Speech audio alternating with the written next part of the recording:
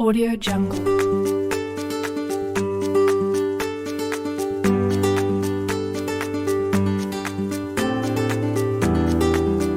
Audio Jungle.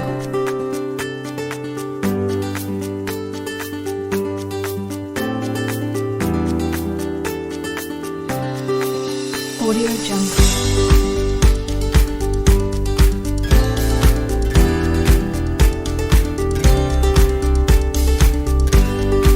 Audio Jungle.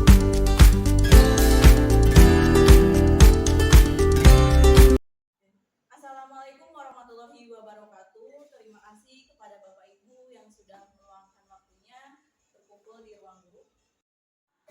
Gimana pagi ini masih semangat kan ya? Semangat? Tapi biar kita lebih semangat lagi ya, biar kita lebih fokus lagi. Apalagi tadi habis senam ya Bapak Ibu capek gitu kan ya.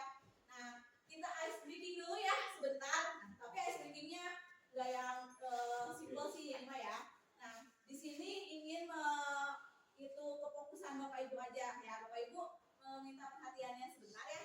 Nah di sini ini berapa Bapak Ibu? Ini yang ini kalau yang ini yang ini ayo masih ada yang belum fokus nih ya, kita ulangi lagi ya. Ini yang ini kalau yang ini kalau yang ini bisa kalau yang ini Pak yang ini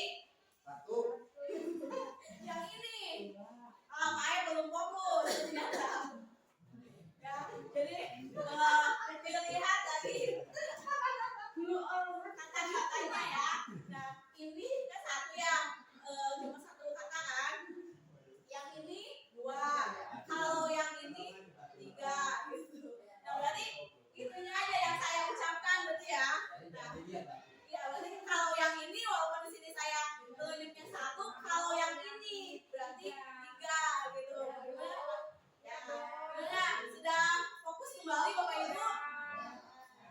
Nah itu biar apa ya, game yang kecil yang bisa membangkitkan motivasi atau kefokusan anak. Bapak Ibu juga bisa melakukannya di kelas ketika misalkan jam siang nih. Jam siang kan biasanya fokus anak sudah pudar ya. Nah kita lakukan ice breaking gitu ya. Jadi gimana caranya si anak itu menjadi fokus dan termotivasi kembali gitu ya. Silakan Bapak Ibu, sekarang banyak nih di YouTube, di TikTok nih ice breaking yang bisa kita tiru dan kita terapkan di kelas gitu ya.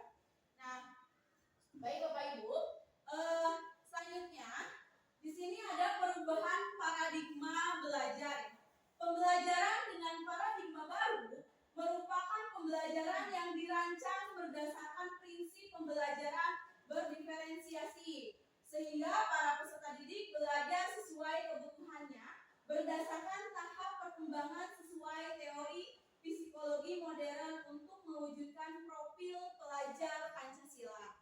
Nah, sesuai dengan filosofi Ki Hajar Dewantara juga, di mana pendidikan itu menuntun para peserta didik sesuai dengan kodrat alam dan kodrat zamannya, yaitu berdasarkan Ki Hajar Dewantara, di mana kalau sesuai alamnya itu si peserta didik itu dilihat dari dia itu memiliki potensinya, memiliki bakat yang harus kita fasilitasi ya. Lalu sesuai kodrat zaman, berarti di sini pembelajaran kita itu harus disesuaikan dengan perkembangan zaman. Bisa dengan teknologi ya, teknologi itu bisa dari teknologi IT-nya gitu kan, atau teknologi yang bisa mendukung proses pembelajaran siswa gitu kan. Nah, oke. Sekarang kita akan melakukan analisis kasus ya Bapak Ibu. Nah, di sini Anda adalah A. Tugas Anda adalah mengepalkan salah satu tangan Anda. Coba Anda bayangkan bahwa Anda menyimpan sesuatu yang sangat berharga di dalam kepalan tangan Anda. Anda perlu menjaga menjaga benda tersebut sesuai tenaga Anda karena begitu pentingnya untuk kehidupan Anda. Tugas B ya, di sini rekan Anda, berarti rekan sebelahnya gitu kan ya, adalah mencoba dengan segala cara untuk membuka kepala Anda. Teman Anda B boleh membujuk, boleh menghardik, boleh mengintimidasi, memarahi, menggoda, menggelitik, bahkan menawari Anda uang agar Anda bersedia membuka kepala tangannya. Coba Bapak Ibu, misalkan tangan kanan Ibu, Bapak Ibu dikepalkan seperti ini. Ya, bisa boleh dipraktekkan Bapak Ibu. Ya. Nah, tangan Bapak Ibu yang kanan dikepalkan. Ya. Nah, di sini di kepalan tangan Bapak Ibu ini Bapak Ibu menyimpan sesuatu yang berharga. Misalkan boleh emas nih, atau ibu-ibu biasanya berlian ya. Di dalam kepalan ini ada berlian gitu. Lalu misalkan Mumun megang berlian nih, lalu di pinggirnya pakai soro, ingin berusaha agar bisa membuat Bu Mumun membuka tangannya sehingga berlian tersebut diambil oleh Pakai Suara gitu kan ya. Nah, gimana caranya Bapak Ibu tetap mempertahankan sesuatu yang berharga dalam kehidupan Bapak Ibu? Apakah Bapak Ibu akan membuka kepala tangan Bapak Ibu enggak? Tidak. Kenapa tidak? Karena takut diharukan. Tidak Pak. Ya kan Bapak Ibu mengepal ya, di dalam genggaman tangan Bapak Ibu itu ada sesuatu yang menurut Bapak Ibu itu berharga. Dan mungkin setiap orang punya sesuatu yang berharganya beda-beda ya. Mungkin menurut Bu Widi memegang berlian nih ya. Nah, Bu Mita ingin membujuk Bu Widi dengan cara menggelitiknya atau merayunya gitu kan ya. Atau bisa Bu Mita mengancam Bu Widi biar membuka kepala tangannya. Nah, Bu Widi apakah akan membuka enggak kepala tangan itu? Iya ya. Nah, itu kan berarti nah di sini kan apakah Anda atau B membuka kepala tangan Anda? Nah, pasti kita akan mempertahankan sesuatu yang berharga yang kita miliki dalam kehidupan kita kan. Nah, secara tidak langsung atau analisis kasus ini atau yang sudah tadi kita lakukan, ini merupakan teori kontrol di mana sebenarnya kontrol itu siapa yang memegang kendali? Ya, diri saya kan, diri kita sendiri yang memegang kendali. Nah, berikutnya dengan peserta didik nih. Jadi dalam proses pembelajaran yang bisa mengontrol peserta didik itu ya diri mereka sendiri. Bagaimana mereka akan membawa proses pembelajaran mereka, lalu bagaimana mereka memanfaatkan hasil belajar mereka gitu. Jadi balik lagi yang bisa mengontrolnya itu diri mereka sendiri, berarti diri peserta didik itu sendiri ya. Nah, atau di sini ada miskonsepsi tentang teori kontrol ya. Di sini diilustrasikan ada ilusi guru mengontrol murid ya. Di sini contohnya ilusi guru mengontrol murid, misalkan si guru itu menyuruh kamu diam duduk tidak boleh berkeliaran. Nah, itu kan mengontrol murid ya. Terus ilusi kalau ilusi itu bayangan berarti kan ya bayangan guru terhadap muridnya gitu. Ilusi bahwa semua penguatan positif efektif dan bermanfaat. Nah, di sini contohnya misalkan kita memberikan reward kepada anak gitu kan ya.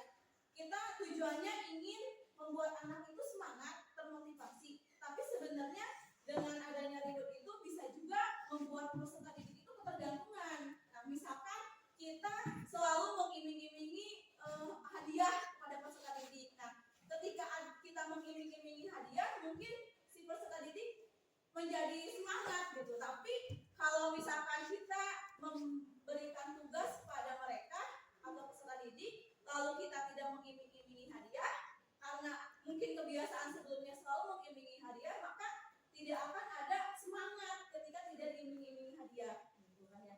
Lalu di sini ada ilusi bahwa kritik dan membuat rasa bersalah mampu menguatkan karakter. Nah, di sini misalkan kita mau membuat anak itu merasa bersalah gitu kan ya. Nah, tapi sebenarnya ini juga bisa saja proses kita dalam membuat anak merasa bersalah itu bisa saja malah membuat anak itu bukan menjadi lebih baik gitu kan, merubah, tapi ada juga anak itu malah memikirkan kita itu bahwa kita itu akan selalu berpikir negatif terhadap dirinya gitu. Jadi karena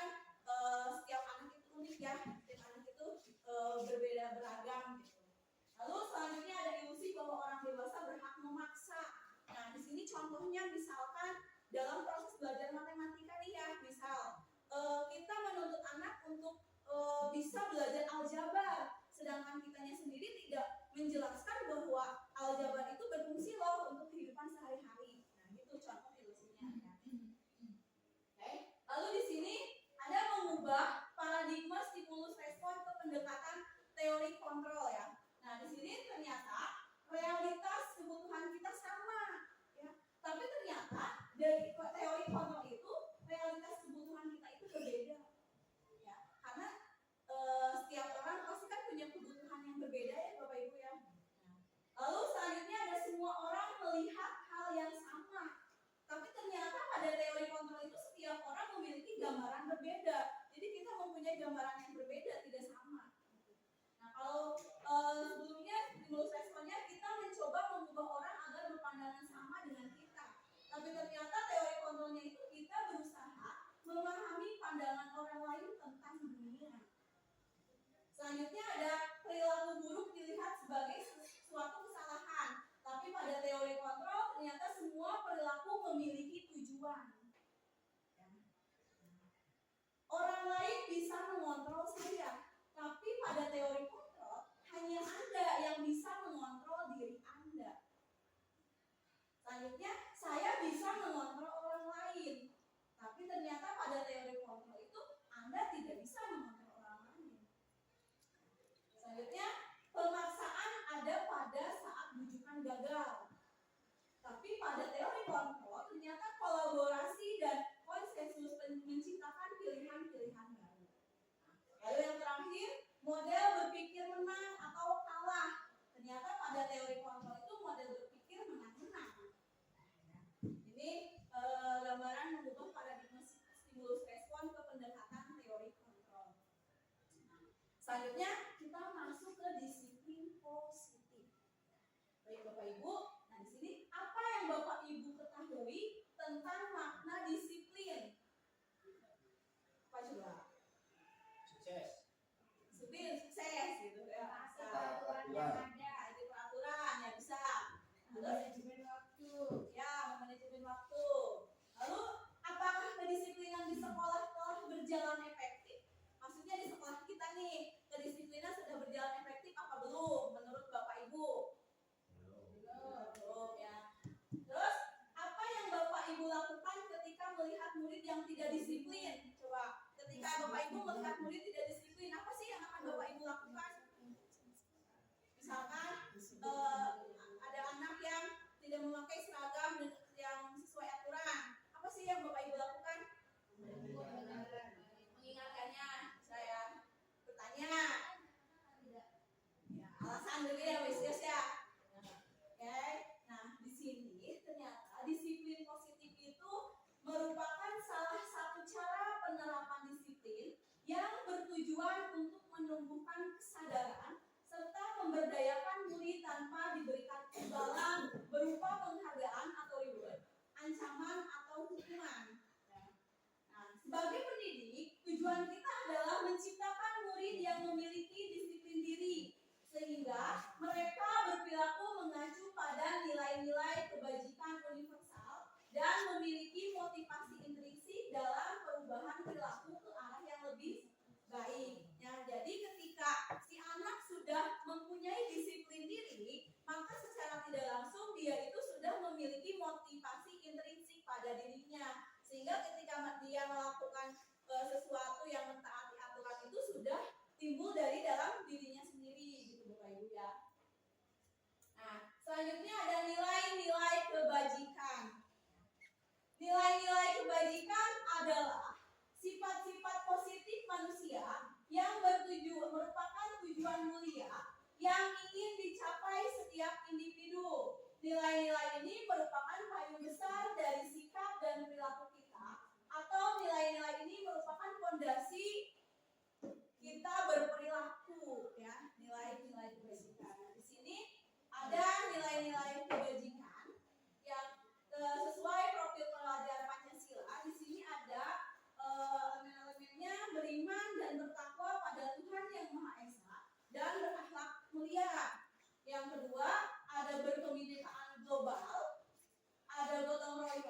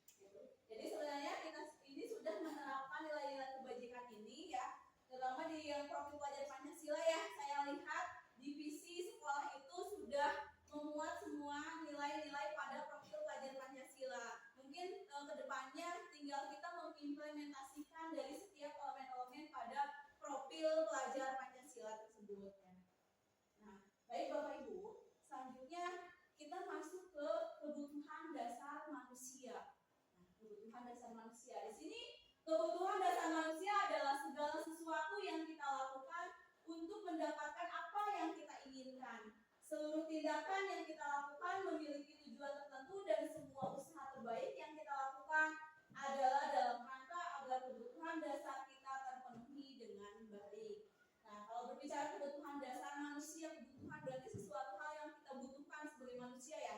Nah, di sini ada 5 kebutuhan dasar manusia. Yang pertama, kita itu sebagai manusia membutuhkan bertahan hidup. Betul nggak Bapak Ibu?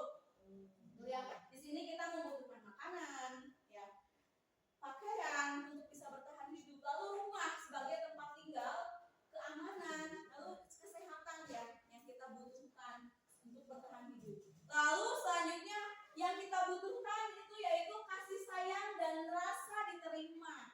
Ya, jadi kita sebagai manusia itu membutuhkan kasih sayang dan rasa diterima. Seperti rasa diterima, dipedulikan, ya, berbagi, kerjasama, menjadi bagian dalam kelompok. Itu yang kita butuhkan sebagai manusia. Lalu yang ketiga ada penguasaan. Di sini kebutuhan dasar manusia selanjutnya itu penguasaan, yaitu harga diri, keinginan untuk dianggap, terus memimpin, berprestasi, diakui dan didengar. Itu bagian dari kebutuhan yang dibutuhkan oleh manusia. Selanjutnya yang keempat ada kebutuhan yang dibutuhkan itu adalah kebebasan. Seperti mandiri, memiliki pilihan, ya, mencoba hal baru, mampu mengendalikan arah dirinya. Itu bagian dari kebebasan yang dibutuhkan oleh manusia. Selanjutnya kebutuhan dasar manusia yaitu kesenangan. Ya, kita butuh kesenangan di sini seperti bermain, humor, antusiasme, tertawa. Kita butuh semua itu. Ya. Nah, ini tadi merupakan 5 kebutuhan dasar manusia. Nah, lalu kita lanjut kembali ke motivasi perilaku manusia. Berbicara motivasi, motivasi itu berarti ada motivasi intrinsik ya, ada motivasi ekstrinsik. Kalau intrinsik itu untuk menjadi orang yang mereka inginkan dan menghargai diri sendiri dengan nilai-nilai yang mereka percaya. Nah, tapi kalau motivasi ekstrinsik itu untuk menghindari ketidaknyamanan atau hukuman. Terus untuk mendapatkan imbalan penghargaan dari orang lain. Atau secara sederhana, intrinsik berarti motivasi yang muncul dari dalam diri kita gitu ya. Kalau motivasi ekstrinsik itu dari luar. Nah, misalkan di sini untuk menghindari kenyamanan atau hukuman. Itu kan motivasi ekstrinsik ketika misalkan kita si siswa nih peserta didik, dia berangkat ke sekolah tidak kesiangan karena dia ada motivasinya takut dihukum gitu. Ada ketidaknyamanan ketika kesiangan karena takut dihukum. Nah, berarti itu motivasi intrinsik. Tapi kalau ekstrinsik ya, kalau motivasi intrinsik itu dia itu sudah sadar gitu, sudah menyadari dalam dirinya sendiri gitu. Nah, selanjutnya di sini kita analisis kasus lagi ya Bapak Ibu ya, sambil kita praktekkan kembali gitu ya. Nah, di sini ada kasus, saya bacakan saja kasusnya. Iva kurang menguasai pelajaran matematika sehingga pada saat pelajaran tersebut berlangsung, dia lebih banyak berdiam diri atau menggambar di buku pelajarannya. Pada saat guru matematikanya Pak Seno menanyakan pertanyaan, Iva menjadi gugup dan tak sengaja menjatuhkan tasnya dari kursi, serta tiba-tiba menjadi gagap pada saat berupaya menjawab. Seluruh kelas pun tertawa melihat perilaku Iva yang bicara tergagap dan terkejut tersebut. Pak Seno pada saat itu membiarkan teman-teman Iva menertawakan Iva yang tergagap dan malu luar biasa. Dan malahan minta Iva untuk maju ke depan dan berdiri di depan kelas sambil menunjuk hidungnya karena tidak bisa menjawab pertanyaan Pak Seno. Kelas semakin gaduh dan anak-anak pun tertawa melihat Iva di depan kelas memegang ujung hidungnya. Nah, dari kasus di atas, apakah Anda setuju dengan tindakan Pak Seno terhadap Iva? Mengapa? Nah, dari tadi kasus yang saya bacakan tadi, Setuju tidak? Hal tindakan yang dilakukan Pak Seno terhadap IPA? Tidak. Kenapa? Alasannya apa? Pak Dede mungkin kenapa alasannya tidak setuju?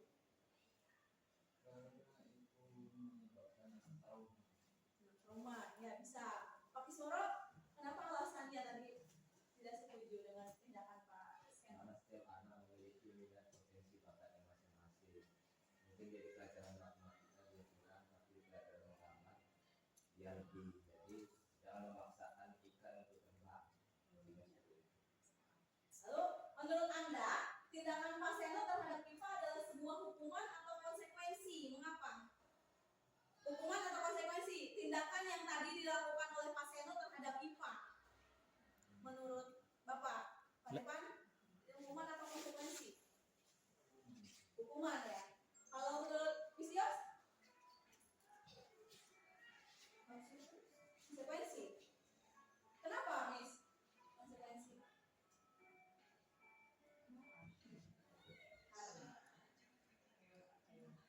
Berarti pasien itu sudah mengambil satu tindakan, maka tindakan itu berdampak pada muridnya.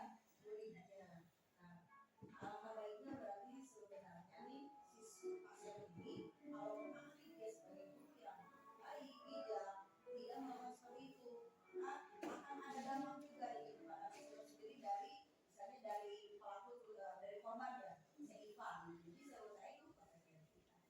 Ada hubungan di balik yang akan diterima baik oleh pasien sendiri dari si IPA maupun dari keseluruhan kelas secara umumnya di situ.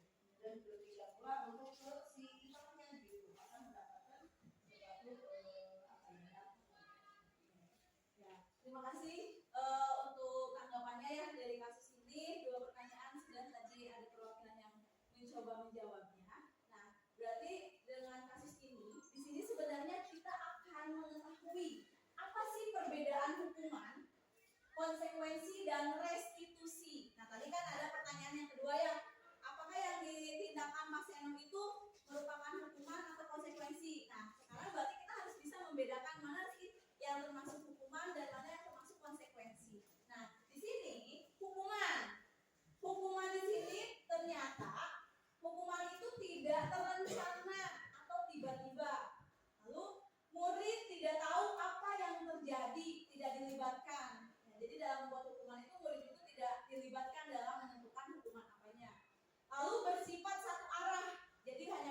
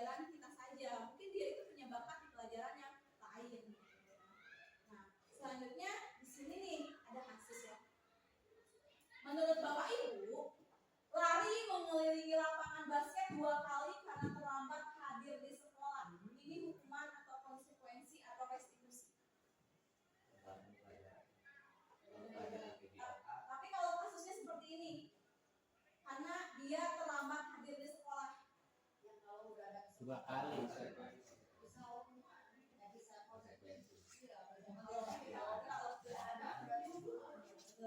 Jadi ini bisa dikatakan hukuman apabila sebelumnya tidak ada kesepakatan ya. Tapi ini bisa disebut konsekuensi apabila sebelumnya sudah disepakati kalau misalkan siswa terlambat hadir di sekolah harus mengelilingi lapangan basket 2 putaran 2 kali gitu ya. Jadi sekarang bisa ya Bapak Ibu membedakan hukuman dan konsekuensi. Nah, selanjutnya kalau ini mencatat 100 kali di dalam buku kalimat saya tidak akan terlambat lagi karena terlambat ke sekolah. Jadi si peserta didik tersebut disuruh mencatat nih di bukunya 100 kali dengan kata-kata saya tidak akan terlambat lagi. Kalau kasusnya seperti ini, itu termasuk hukuman, konsekuensi atau restitusi. Apa coba analisis Bapak Ibu? Kenapa? Karena sudah ada perjanjian kalau ada kesalahan harus mencatat seperti itu. Mencatat 100 kali gitu ya. Bisa disebut konsekuensi kalau tapi kalau ini misalkan kasusnya hanya seperti ini. Hukuman. Tapi ke hukuman. Ada perjanjian. Tapi itu sudah ada perjanjian. Cuma ada kesepakatan. Karena kan dilihat ada kata karena terlambat ke sekolah. Berarti sebelumnya ya betul ya Bu Ari. Karena sebelumnya sudah disepakati ya. Nah, berarti ini konsekuensi. Jadi berarti di sini kita harus bisa menelaah kalimatnya ya Bapak Ibu. Nah, lalu selanjutnya di sini ada menggantikan kertas tugas teman yang telah dicoret-coret. Restitusi. Kenapa coba restitusi? Kalau restitusi kenapa? Kalau konsekuensi kenapa? Kalau hukuman kenapa? Berdasarkan kasus yang ada di sini. Menggantikan kertas tugas teman yang telah dicoret-coret. Apa coba, Miss? Kenapa, Miss? Menurut Miss, kenapa ini bisa disebut restitusi? Karena kan tadi dikatakan bahwa restitusi itu apa sih tadi? Di slide sebelumnya. Nah, itu berarti di sini ada ya, mencari solusi ya. Dan di sini dia mengganti kertas tugas teman yang dicoret-coret ya, berarti dia melakukan adanya solusi dengan mengganti kertas tersebut gitu ya. Nah, ini berarti termasuk restitusi. Jadi dari 3 kasus tersebut setidaknya kita jadi tergambar apa sih bedanya hukuman, konsekuensi dan restitusi. Selanjutnya kita masuk ke keyakinan kelas. Mengapa keyakinan kelas bukan peraturan kelas? Mungkin keyakinan kelas di sini Bapak Ibu guru sudah banyak yang sudah melakukan keyakinan kelas ya, atau bisa disebut kesepakatan kelas kalau kita ngomong ke anaknya tuh. Nah di sini pembentukan keyakinan kelas ya. Keyakinan kelas itu bersifat abstrak, berupa pernyataan universal, dibuat dalam pernyataan positif, sedikit saja agar mudah diingat, sesuai dengan kondisi kelas dan sekolah sehingga mudah diterapkan. Lalu semua warga sekolah atau warga kelas dilibatkan dalam membuat keyakinan kelas. Nah, dalam proses membuat keyakinan kelas atau kesepakatan kelas, kita bisa menerapkan dengan membagi kertas seperti ini nih Bapak Ibu. Bapak Ibu bisa menerapkan di kelas. Misalkan sebelum mulai pembelajaran nih, kita membuat aturan kelas dulu, kesepakatan kelas. Nah, Bapak Ibu melibatkan semua peserta didik di kelas tersebut ya. Misalkan dibagi kertas seperti ini, peserta didik disuruh menulis kesepakatan apa yang ingin dia sepakati. Nah, nanti silakan Bapak Ibu menempelnya di papan tulis lalu menyepakati apa saja sih yang menjadi kesepakatan kita di kelas itu. Nah,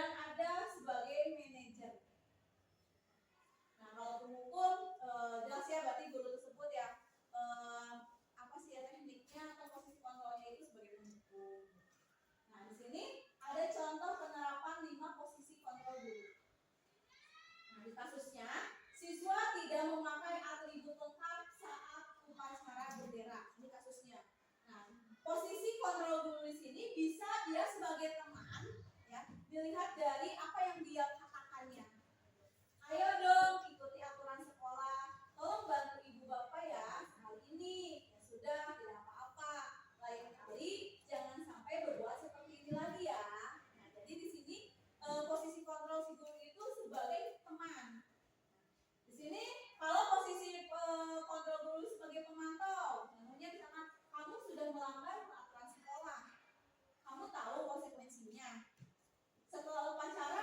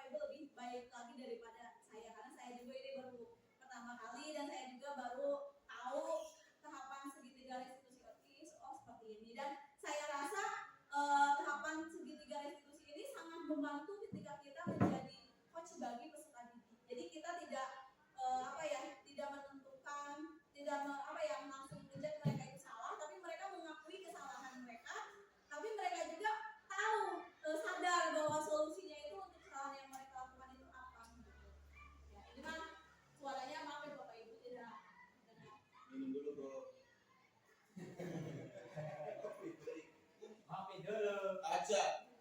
Perempuan. Nyusul dulu.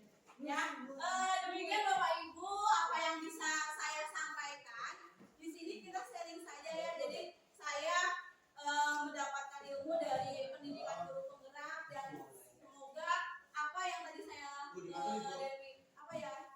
sampaikan tentang budaya positif bisa Bapak Ibu ambil yang baiknya gitu dan siapa tahu Bapak Ibu lebih baik dalam melakukan budaya positif gitu. Dimana ternyata budaya positif kita itu sebenarnya sudah banyak melakukan budaya positif di sekolah kita itu banyak sekali yang sudah kita lakukan seperti kita kan sudah melakukan pembiasaan 5S ya Bapak Ibu di mana guru piket menyambut menyambut peserta didik di gerbang itu kan ya gitu itu kan 5S itu apa Bu?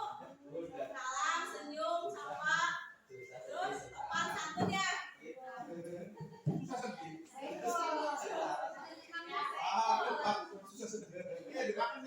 ya ternyata budaya positif banyak sudah yang kita sudah lakukan banyak ya terus budaya positif lainnya seperti kita itu sudah membiasakan mengaji Al-Quran sebelum proses KBM dimulai itu termasuk budaya positif Pak, main sih, Pak. salah satunya Ini nah demikian Bapak Ibu apa yang bisa saya sampaikan nah sekarang saatnya kita diskusi tapi di sini diskusi ya kita sharing saja bukan berarti saya memahami semua materi yang ada di sini gitu Bapak Ibu jadi Bapak Ibu akan ada yang ingin memberi tanggapan tidak saya belum memahami jadi sini kita sharing ya benar Miss oke terima kasih ya sudah memberikan ilmu yang menurut saya ini adalah yang bermanfaat dalam hidup untuk kita sebagai guru tentang menata, mengelola dan memanage sekolah kita dengan baik. Nah, tadi kan disampaikan tentang kelanjutan dalam pendidikan ya. Memang saya khususnya secara pribadi adalah mungkin hasil didikan kelanjutan dan lama tidak jadul ya. Nah, untuk ke depan maka tadi saya secara pribadi mendapatkan satu pandangan yang baru bahwa kita sebagai guru harus menerapkan paradigma terbaru yaitu dengan salah satu apa tadi iya menurut hasil kalau kita harus mengubah ya paradigma seperti sekolah yang tadi itu dengan pendekatan terkontrol. Nah sekarang misalnya nih dulu ada yang misalnya tanpa kesepakatan untuk dan itu secara paradigma baru itu memang sudah tidak boleh seperti itu apa bagaimana? Ya, antara teori yang baru yang sekarang kita akan melakukan mungkin paradigma yang baru ini penerapan teori kontrol dengan pendidikan yang diterapkan oleh guru-guru kita lah ya pada zaman dulu kita SD, SMP, SMA mungkin ada sisi-sisi baik juga yang beliau-beliau bahkan untuk kita secara pribadi dan kita ini adalah hasilnya gitu ya. Nah, bagaimana menurut Ibu apakah paradigma yang diterapkan oleh guru-guru kita yang terdahulu itu apakah memang sebaiknya sudah tidak dilakukan kan ada sampai misalnya kasus begini dilempar pakai kapur tuh dia bilang terus dipukul itu pakai penggaris seperti itu. Nah berarti hal itu boleh dilakukan atau misalnya kayak sekali-kali misalnya untuk yang sekali-kali kasih seperti itu kemudian sekali-kali ya kita menggunakan paradigma yang baru yaitu teori kontrol ya terima kasih ya tanggapannya saya ingin coba menjawabnya tapi barangkali ada yang lebih bisa menjawabnya nanti ada saya berikan kesempatannya nah mungkin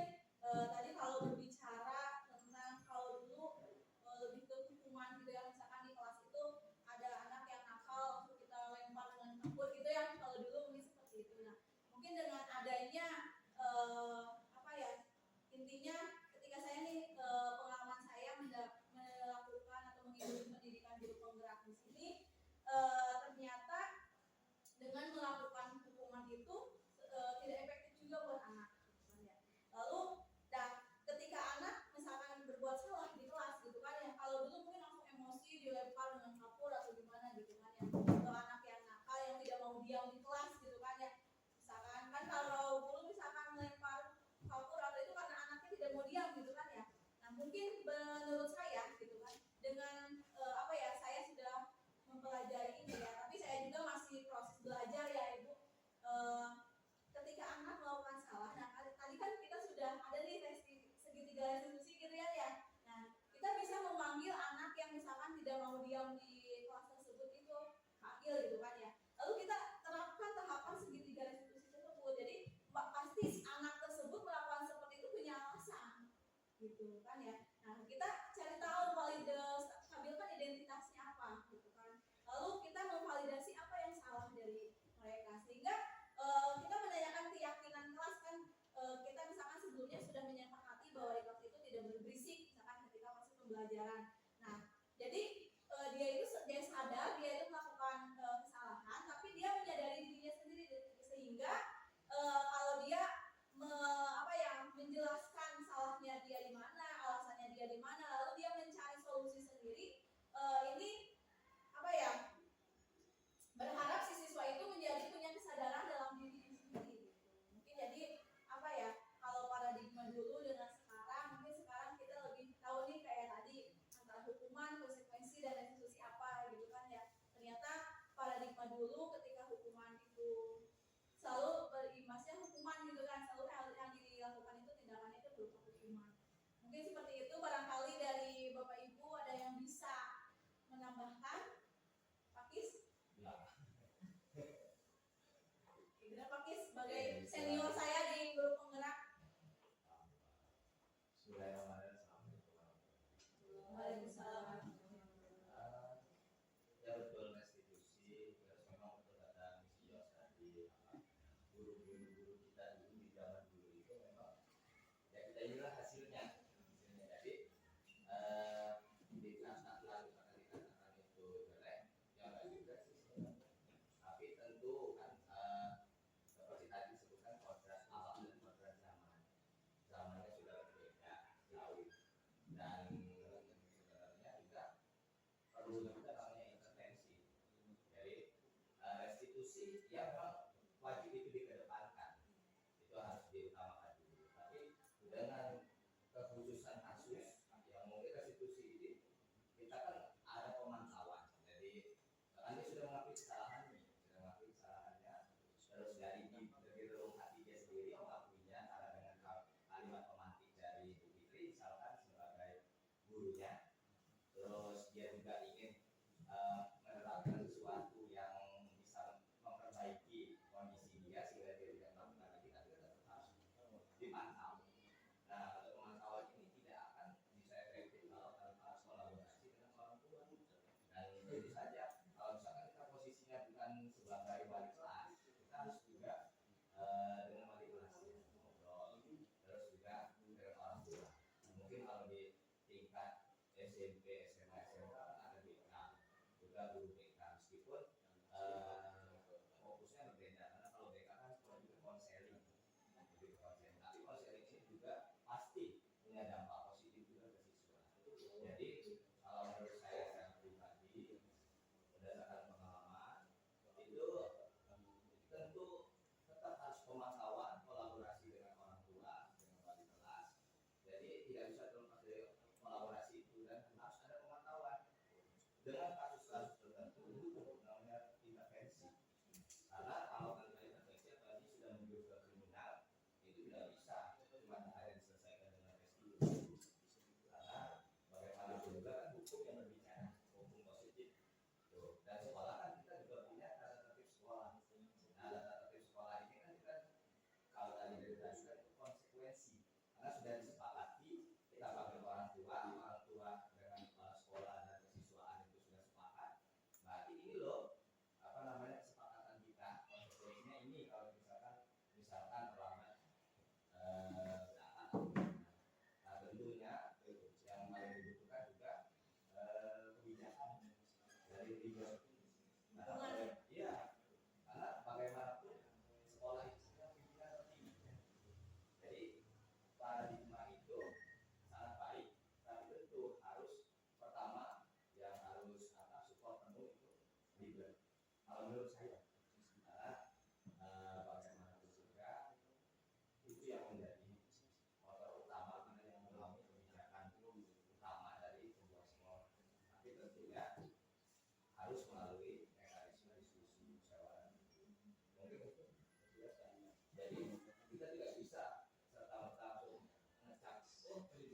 dulu itu lebih jauh daripada musik sekarang. Karena zaman dulu itu zamannya sudah seperti itu sesuai. Karena zaman sekarang juga ada berbeda sedikit. Jadi bukan apa ya, tidak sebanding kalau kita membandingkan itu, karena di tahun 90-an ketika saya SD biasa tuanya 90-an awal itu memang biasa. Terus apalagi saya di kehidupan keras di Palembang itu saya biasa kalau sampai di cewek dicubit bahkan di tempel saya biasa SD karena apa? Karena itu hal yang wajar melapor ke orang tua kita malah ditambahin benar. Jadi artinya iya, jadi kita tidak bisa juga membandingkan apa produk zaman dulu itu jelek karena terus zamannya itu sudah berbeda. Sekarang zaman sekarang itulah yang paling cocok karena sudah berdasarkan penelitian, karena itu filosofi KHD itu sebenarnya jauh sebelum Indonesia merdeka itu sudah ada. Kalau dari sejarah ya, dari dulu sejarah itu dari Indonesia sebelum merdeka itu sudah ada ya, dari waktu itu begitu. Karena itulah yang membedakan antara pola pengajaran Barat, pengajaran Islam, dunia Islam, dan pengajaran tradisional Jawa pada saat itu. Nah, tradisional Jawa itu yang mengakar di masyarakat Indonesia yang sesuai dengan karakter Indonesia ke Indonesia. Nah, sekarang lah ada filosofi KHD dan itu tentunya diramu dan dibuat sedemikian rupa sehingga filosofi KHD itu insya Allah mampu untuk menjawab tantangan zaman. Oke, Terima kasih ya Pak Kisworo. Gimana Miss Kios? Tapi saya berharap jawaban dari saya maupun Pak Kisworo tidak puas ya, sehingga Ibu mau mencari ilmu lain gitu ya untuk menjawab pertanyaan ya Bapak Ibu. Mungkin cukup sekian aktivitas diskusi kita hari ini. Terima kasih untuk perhatiannya. Silahkan Bapak Ibu melanjutkan kembali aktivitasnya ya. Wassalamualaikum warahmatullahi wabarakatuh.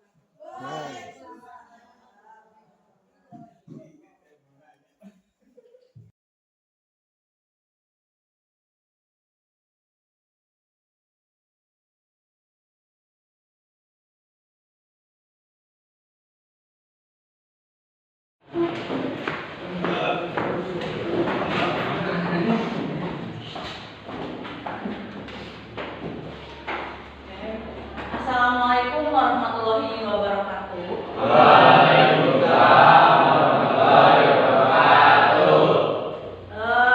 Gimana kabarnya hari ini? Ibu lihat mukanya cerah-cerah.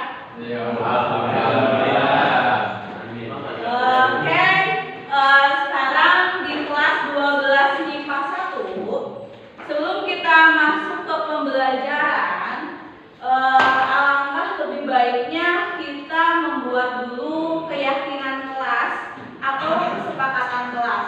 Tujuannya untuk apa sih kita harus membuat keyakinan kelas atau kesepakatan kelas? Jadi tujuan dari dibuatnya kesepakatan kelas, yang namanya kesepakatan berarti sesuatu yang sudah kita sepakati secara bersama-sama ya. Nah, jadi dengan adanya keyakinan kelas atau kesepakatan kelas, proses pembelajaran kita di kelas itu lebih terarah, gitu kan ya. Jadi di sini Ibu akan membagikan kertas berwarna ini ya. Nanti silahkan kalian tulis kesepakatan kelas apa sih yang ada pada diri kalian ya. Nanti silahkan ditulis di sini, boleh tidak usah diberi nama atau mau dikasih nama juga nggak apa-apa ya. Nah, nanti apa yang kalian tulis di sini ditempelkan di depan sini ya. Paham? Aku bagikan kertasnya ya. Dengan yang ditempelnya. Kan di sini ada yang buat tempelnya ya, yang ada lemnya, kalian tulisnya di depannya. Ya, biar nanti kan bisa ditempel. Silakan tulis kesepakatan atau keyakinan kelas apa yang menurut kalian bisa diterapkan di kelas 12 MIPA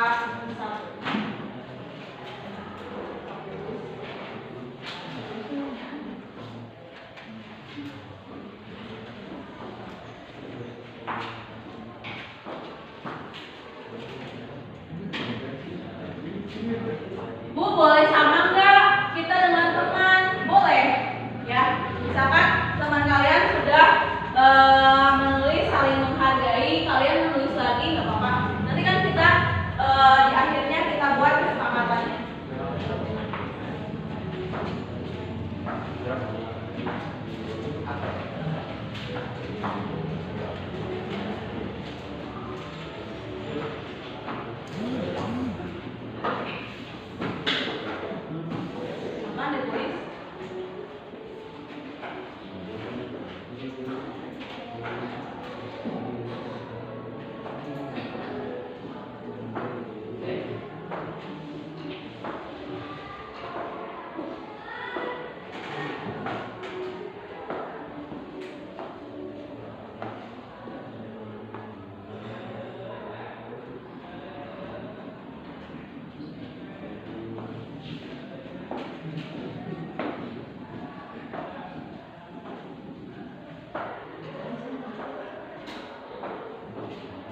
Hal yang sudah boleh ditempel ke papan tulis. Silakan maju ke depan.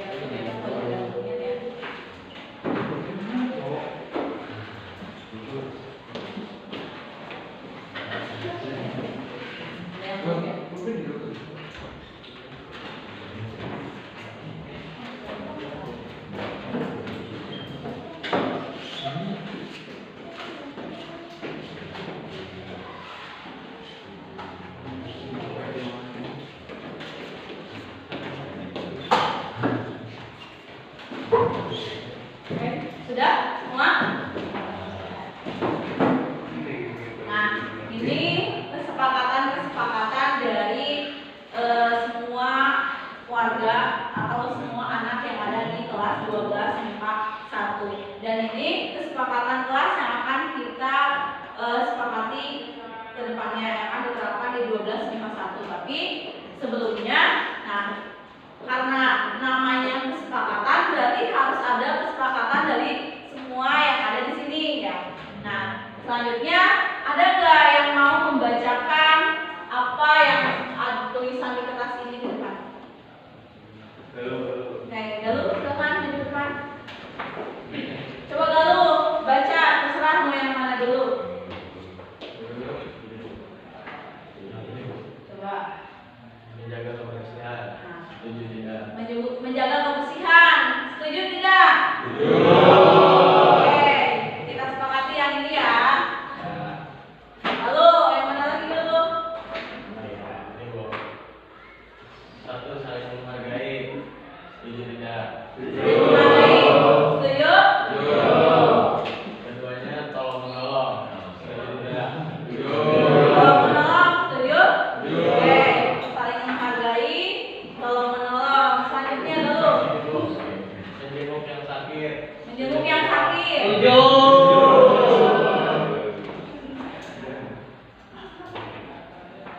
Ini sama ya? Kalau yang sama berarti tadi itu sudah kita sepakati. Izin keluar kelas maksimal 2 orang. Setuju tidak? Setuju nggak? Tapi kalau laki-laki bisa 2 orang. Nah, ini untuk perempuan kalau 2 orang, kalau laki-laki 1 orang saja ya. Setuju nggak? Terus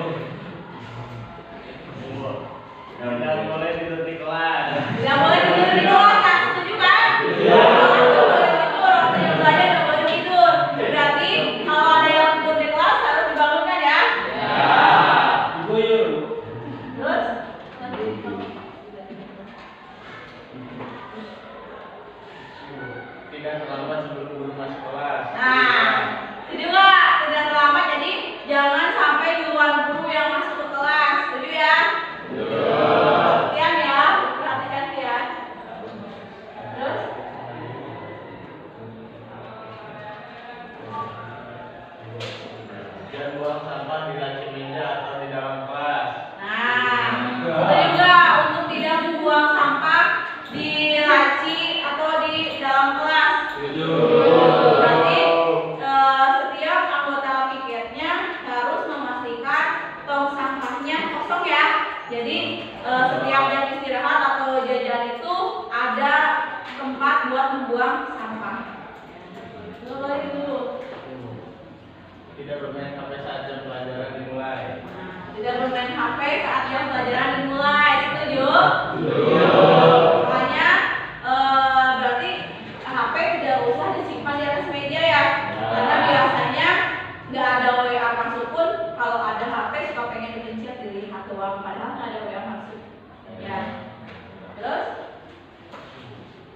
Dan denda saat tidak tiket. Nah, denda saat tidak piket setuju? Yang tidak piket harus didenda. Berarti agar tidak didenda harus piket. Tidak makan saat jam pelajaran. Tidak makan saat jam pelajaran, tentu itu setuju ya? Karena kan lagi belajar masa sambil makan. Oke, sekarang ada betul. Nah, tadi kesepakatan kelas yang sudah kita sepakati ya. Tadi ada harus saling menghargai kan ya, tolong menolong. Terus tadi apa lagi? Tidak tidur di kelas. Terus ada menjaga kebersihan. Lalu didenda saat tidak piket. Ya. Lalu menjenguk orang sakit ya. Nah, barusan kita sudah membuat kesepakatan kelas. Nah, jadi nanti hasil dari apa yang kalian tulis di sini nanti kita tulis ya, hasil kesepakatannya nanti kita tempel di kelas. Jadi kelas kita sudah membuat kesepakatan kelas dan silahkan diterapkan pada kelas 12 IPA 1. Sehingga dengan adanya kesepakatan kelas kita lebih terarah tujuannya. Siap? Ya.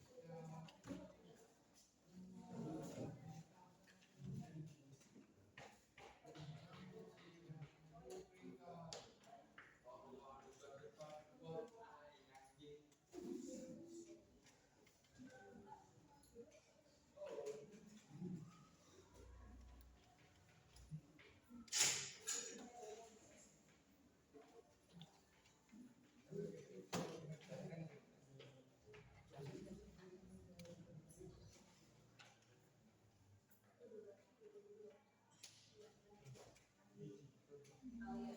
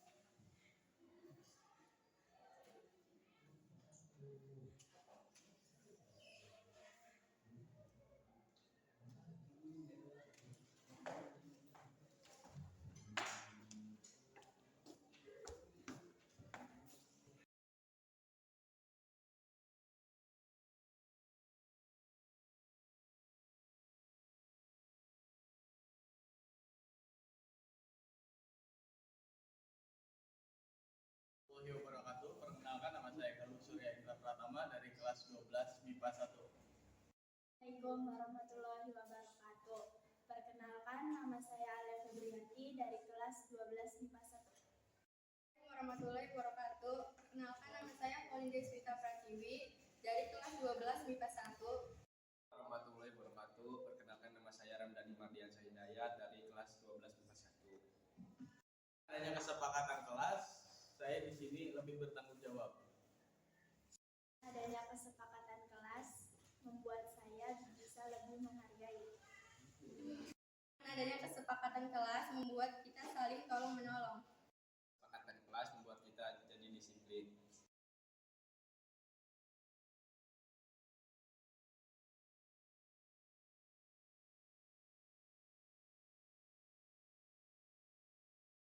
Ya. Yuanita, tadi ibu mendengar dari guru mata pelajaran bahwa kamu mengejek teman dan mengucap kalimat yang tidak pantas kepada temanmu yang telah didengar oleh guru mata tersebut. Iya Bu, maaf tadi saya kesal karena ulah teman saya yang tiba-tiba tertawa pada saat saya presentasi. Apa yang menyebabkan kamu merasa temanmu menertawakanmu? Jadi tadi ketika saya presentasi, saya salah menyebut nama dalam bahasa Inggris. Kan tugasnya itu diminta introduction. Harusnya let me introduction myself. Ini saya malah menjadi let me introduction my name. Kenapa saya ditertawakan? Oh begitu. Ibu paham perasaanmu. Kamu merasa kesal karena salah penyampaian dan temanmu mentertawakanmu, begitu? Iya Bu, gitu. Setelah itu, apa yang kamu katakan pada temanmu? Ya, saya sangat malas. Sampai tanpa sadar saya mengejek dia dengan kata-kata yang tidak pantas. Pasti kamu berbuat seperti itu tidak satu kali, kan? Tidak Bu. Dia memang sering mengejek, tapi biasanya saya diam. Cuma tadi kan situasinya depan teman-teman yang lain, jadi ya saya marah lah Bu. Iya, ibu sangat paham apa yang kamu rasakan. Pasti jika amarah yang dipendam suatu saat akan meledak tiba-tiba. Namun kamu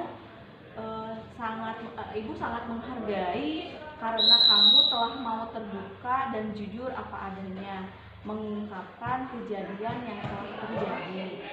Ibu menghargai karena kamu juga tidak menggunakan kekerasan fisik seperti memukul atau mencubit. Tentu saja tidak Bu. Menurut kamu, keyakinan kelas apa yang telah dilanggar? Saling menghargai, menghormati, dan sopan santun. Betul. Nah, menurut kamu, keyakinan kelas dalam saling menghargai, menghormati, dan sopan santun penting tidak? Sangat penting. Baik. Rencana tindakan apa yang akan kamu lakukan untuk mencapai keyakinan kelas tersebut?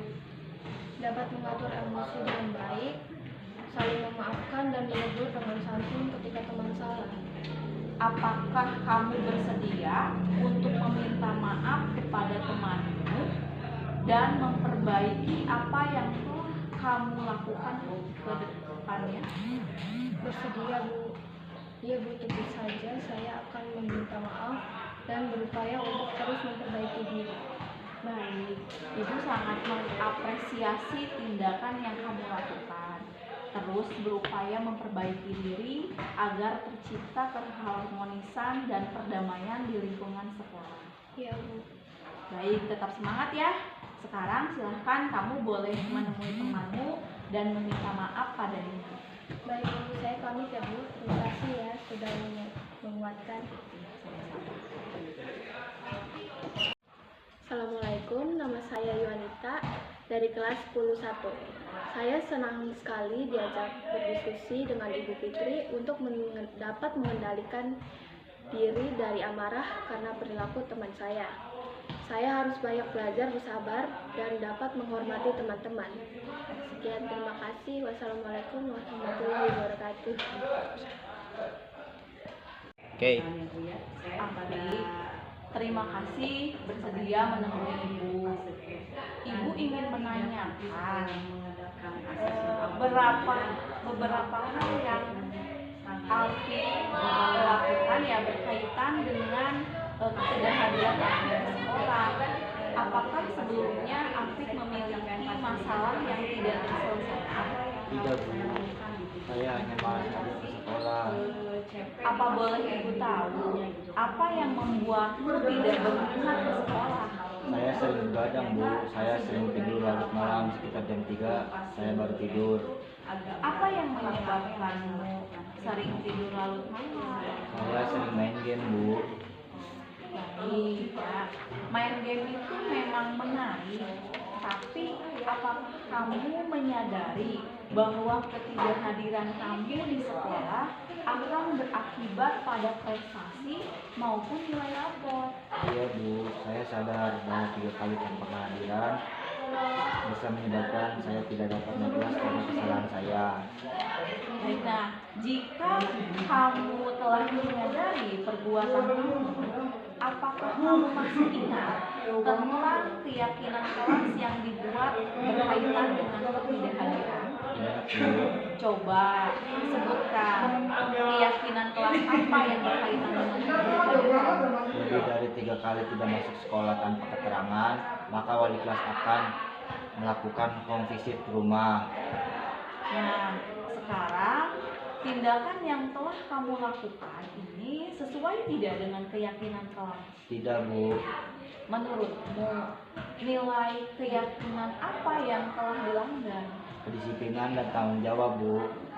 Menurut pandangan Afik, nilai kedisiplinan dan tanggung jawab itu penting tidak dilaksanakan? Penting, Bu, agar hidup kita bisa terarah menuju impian yang kita ingin tercapai. Lalu ya, apa yang akan kamu lakukan agar memperbaiki tindakanmu? Saya akan tidur lebih cepat, Bu. Baik, Ibu yakin ya, Afik dapat melakukan semua itu dengan sungguh-sungguh. Setiap orang bisa berubah untuk memperbaiki diri ke arah yang lebih baik. Iya, Bu. Terima kasih sudah menguatkan saya, Bu. Ibu percaya Afik dapat mengatur waktu dengan lebih bijak. Hobi main game boleh saja, tetapi jangan sampai hobi itu menjadikan tugas utama kita terabaikan. Iya, Bu. Saya menyesali dan saya takut tidak naik kelas. Semua itu dapat berubah jika Afik dapat berusaha untuk memperbaikinya. Iya, Bu. Terima kasih ya sudah menyadarkan saya tentang pentingnya kedisiplinan dan tanggung jawab. Iya, sama-sama. Apakah sekarang kamu sudah menemukan solusi? Sudah, Bu. Saya akan berusaha tidur lebih cepat.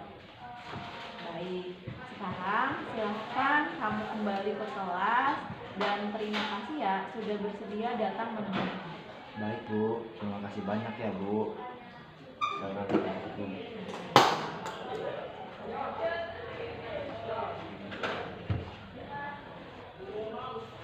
Assalamualaikum warahmatullahi wabarakatuh. Kenalkan, nama saya Afik dari 101. Terima kasih Bu Fitri telah mengajak saya berdiskusi untuk menyelesaikan masalah bergadang saya.